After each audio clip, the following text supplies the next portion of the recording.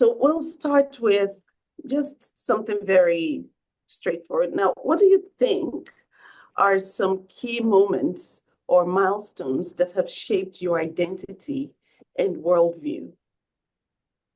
I think my decision, first of all, let me begin by saying how pleased I am to be on the program with you today, Toby, and with Sods, and to compliment the good work that you're doing, because I think it is important that we keep our history alive. It's important that we tell our stories, and it's important that we place those stories not only in, and I talk about Sankofa quite a bit, which is the experience of knowing what's back there, ruminating in the present, and then going forward.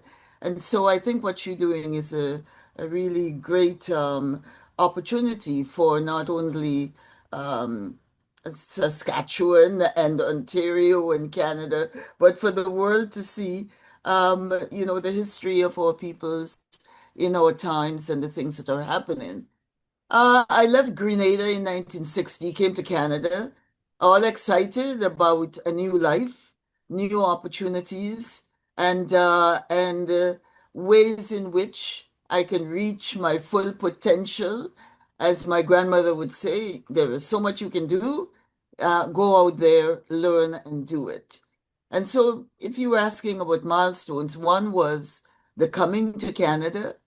Two was actually immersing myself as an advocate and activist on the Canadian scene because there was just so much that I felt was needed for full, fair, just, equitable society that Canada was known as that fair, just, equal society. And I was looking for a place where a Black woman like myself, coming from the Caribbean, could get into and be engaged with that fair and just and equitable society.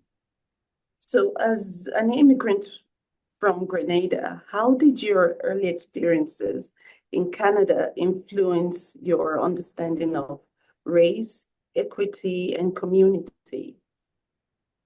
Well, I was an avid reader. So I didn't come to Canada tabula rasa. I had read all kinds of things about Canada, did not have the experience of feeling cold or seeing snow, but at the same time, I came with the realization that it was a cosmopolitan city that I was going to be living in, and that there were things I needed to know, needed to learn, and that I needed to have the necessary wherewithal for my own survival in that society. And there were several things that that were missing in the society when I came. If we go back, and if you go back and look to the 1960, and those of us who were here in the 1960 would see that at the time, we had no Charter of Rights and Freedom. That didn't come till 1982 when we repatriated our constitution. I came with a British passport, so I knew about colonial rules and colonialism and the effect of those things on people. At the same time, um, there was just so much that I felt was missing in the society that we needed to deal with what is called today microaggressions, which in the time we talk about racial prejudice, we talk about landlords not renting to Black people with no reason except that we don't rent to you Black folks. We had no human rights and human rights commission that set out procedures where we could complain about the things that were happening. And so it was ripe for advocacy, it was ripe for activism, and it was ripe for, and I think Canada at the time was ready for activists pushing forward and ensuring that diversity was recognized, that we were bringing skills and talents, and abilities that were needed by the country, by the communities, by organizations, by corporate Canada, and that we were making our contributions to Canada, and that needed to be recognized. So the issue of community policing, the issue of our ability to have that sense of belonging where we were, uh, and um, and the fact that uh, we needed to see ourselves reflected in every aspect of Canadian society, that we needed to be on the radio. We needed acceptance of accent, because in the early days, if you had an accent, you couldn't get a radio. You wouldn't even think of going for a job in radio, or the issue of where we were in television. We weren't even there. We had no ownership of any of those media, entertainment, and other places. And so we had to make sure that we were engaged.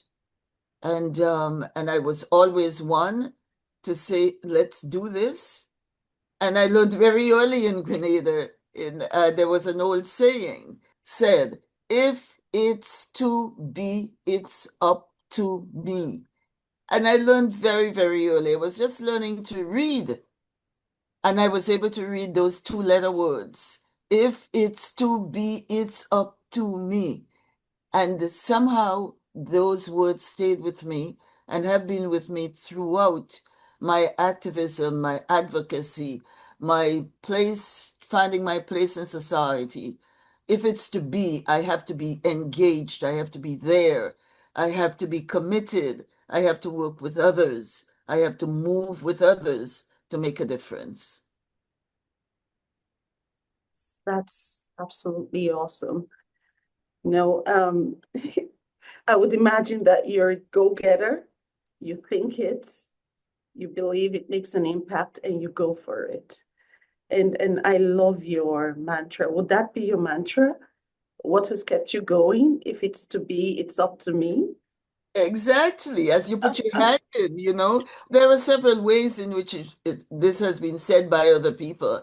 It's you cannot leave a place. If you leave a place the same way in which you found it, you have not made a difference, Hmm. or make a difference to, in the Congress of Black Women of Canada, where I was part of the founding and also part of the organization of chapters, etc. We had that as a motto. Um, Bloom where you are planted. You're here right now, wherever you are, bloom where you are planted. You made the choice to come to Canada. You made the choice to be here. You're now planted here. So bloom. Oh, bloom and bloom we will. Bloom where you're planted. And so would you say that this is what inspired you to enter politics? Your desire to make an impact? And how did you navigate this space where very few people look like you? It was always a difficult world to navigate, and I think for all of us as people of color, as it were, and people who are clearly identified by our accent, and people who are identified as immigrants, or people who are identified as culturally different, or religious, or because of our religious wear or whatever. It's always a way that one has to navigate in the system. But one has to come from a point of knowing oneself, knowing the society in which you are now planted. And oftentimes I'm surprised when I meet people who have not read about the history of Canada, to know where we've been, to know where that, because Canada is a work in progress. And this is where we started with the few provinces that came together to form, confederation. This is where we were in terms of the indigenous peoples who we have not recognized. And we come as immigrant, and we know nothing about treaty and rights and agreements with the crown and the lands and the different peoples as they built Canada for those of us who came. And at the same time, um, we need to understand and know our history, know the country, be affirmed in ourselves so that when we get into places and organizations and workplaces and marketplaces, that we have a sense of who we are, that we have a right to be here.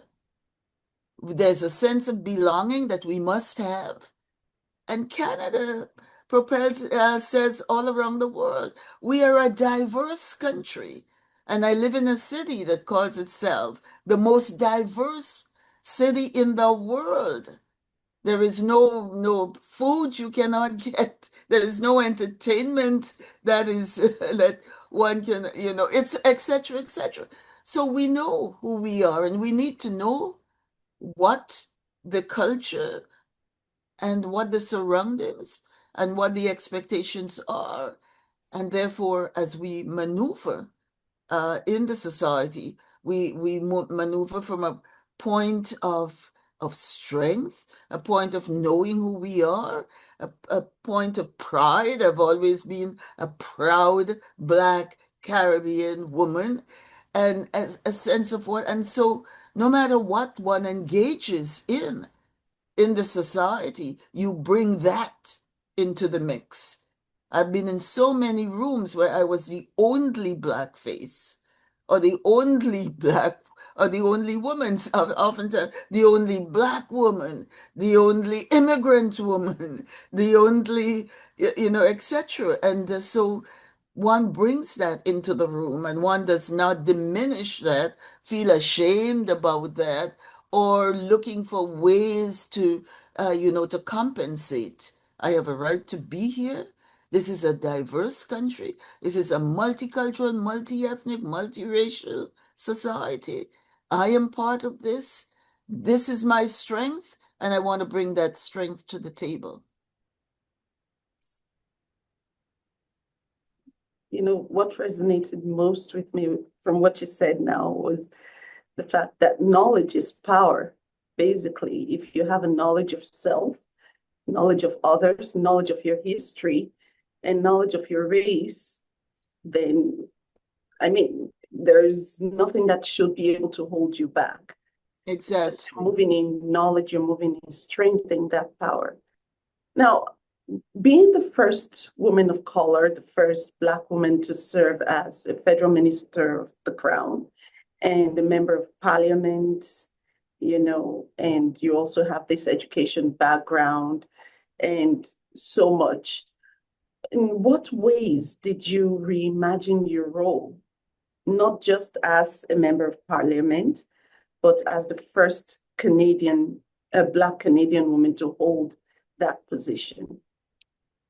Okay, I like your notion of reimagining because I think that all of us, no matter who we are and where we imagine the world around us. We want a specific, we want to impact on whatever is around us. And so we're constantly reimagining, taking what we know and adding to it. And so I came to Canada with the intent. I started as on the Canada Caribbean Domestic Scheme, working in the home of a Canadian family. And then I said to myself, this was not the world that I was going to continue to live in, but that I wanted to be an educator. And to be an educator, you had to go to teachers' college. You had to get your university, you had to get the specific skills and the requirements to meet what it is you imagine. And so as I reimagine that, to use your term, moving from one sphere to another, from one situation to the next, positioning myself and what I wanted for myself, what I wanted for my family, what I wanted for my community, and what I wanted this Canada that I now call home to be. And so it was getting in there, interacting with others, forming teams, working with teams. I did very little on my own. I always had a supportive environment. There's an African saying that says, if you want to go far or if you want to go fast, and if you want to go far, you have to take others with you. If you want to go fast, you go on your own, which means you can stumble and fall and whatever else. But if you want to go far, you take others. You take others with you, and therefore you can make a difference. And so I always work with teams. I always worked with groups. I always worked with community in the old days, as it were, as we were imagining the kind of Canada that we wanted to see, a Canada that would move from very parochial, very, unidimensional in a whole set of ways, and we wanted that expansion in 1971 when we said that we were multicultural and multiracial and everyone had a place in there and that you can bring to the discussion from your own culture, background, religion, etc., and add it and make society, Canadian society, stronger, richer, uh, more using, as is said, diversity as a strength and ensuring that all the voices are heard. And this is where I worked in education. All the voices are heard, trying to do things in education to make sure that the students that I taught would see the world, would understand the world. I was, I remember being in shock after Bush was, the first Bush was elected, and it was said that he didn't have a passport, which meant that he had never traveled the world. And I keep thinking, my God, we have this great big world out there with all kinds of people. And so wherever I went, that was basically my message, whether it was in the Parliament of Canada, the education of the girl child. What is happening over there, over here? What's happening there? How can we support at multilateral levels with in government programs and other the things that would make a difference in different parts of the world? And supporting things like our international development agencies and others that are making, doing things in the world because Canadians on the whole, are very outgoing. Our universities are filled with talents and abilities that come from all over the world.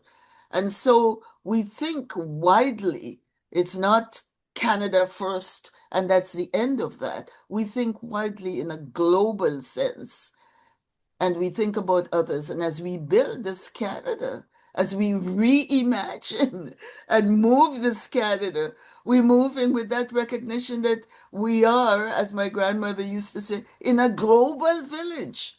And we have to have understanding of each other, understanding of the humanity of each one of us in this world and how we can build together. What does a reimagined Canadian community look like to you, where maybe everyone feels seen, valued, and empowered? Well, you said it, valued and empowered each and every person, feeling that they're a member of Canadian society, that they're valued, that they're empowered, that as one walks into the marketplace or the workplace or in any part in the society, one does not get a second look. The other day, I was talking about one of the early conferences I was at in the early 1960s, and I said everything was white. The rice was white, the sauce was white, the chicken was white and everybody kind of laughed. But I know now in any restaurant, you don't get the rice white and the chicken white. There'd be all kinds of variation because our world has widened and we understand spices coming from way distance. We understand menus coming from different cultures. and we were all open. So we know when we talk about a reimagined Canada, or if I could reimagine Canada,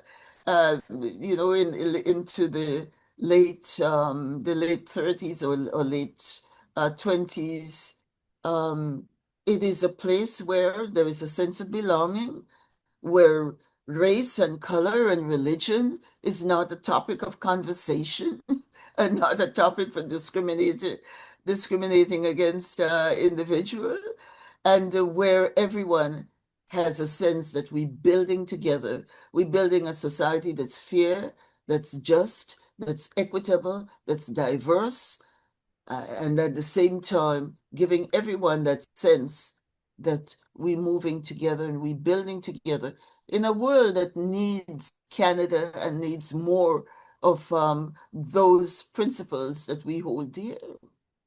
What legacy do you hope your work leaves for the next generation? Well, when you're doing the work too, you don't think about legacy. You just think about, let's get the work done. Come on, we need to work towards educating our young people. We need to get this going. There is a model here we need to put together. There are some people who are working there that we need to support. And so we, there is no thought about legacy, but there are a couple of things I've done that could be called legacy because I think they stand for what we believe, and they helped to expand the discussion. And that is Black History Month in Canada. And there was no talk about Black history. Some teachers would do some things in some schools.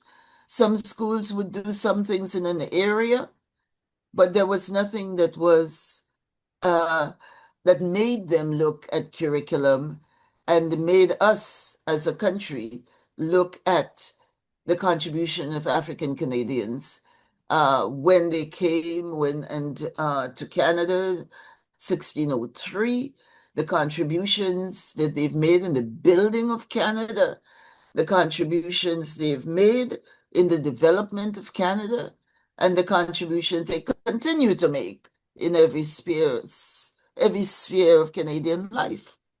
And I think now that we have February acknowledged by both the Senate and the House of Commons, that February is Black History Month in Canada, that all Canadians are now in February doing something in that area. And the other is the famous five statue that those uh, who are in Parliament Hill can see on a regular basis. And that statue, again, there is just history engaged there. That the early 19 up to 1925, women were not persons in law. They were chattels of the husband or the children. They couldn't be appointed to the Senate. And so those brave women in those days, they were not perfect women by any means, but there were brave women who challenged that and who worked all the way through the different levels of the judiciary here in Canada, and ended up in London because our constitution was in England at the time. And they went all the way to England to push the fact that true equality was needed for women in Canada. And so that statue and my motion that put that statue in Parliament Hill is again a reminder of that history. So there were two legacy pieces. One, I think, for the African Black community, and the other for women and women in general.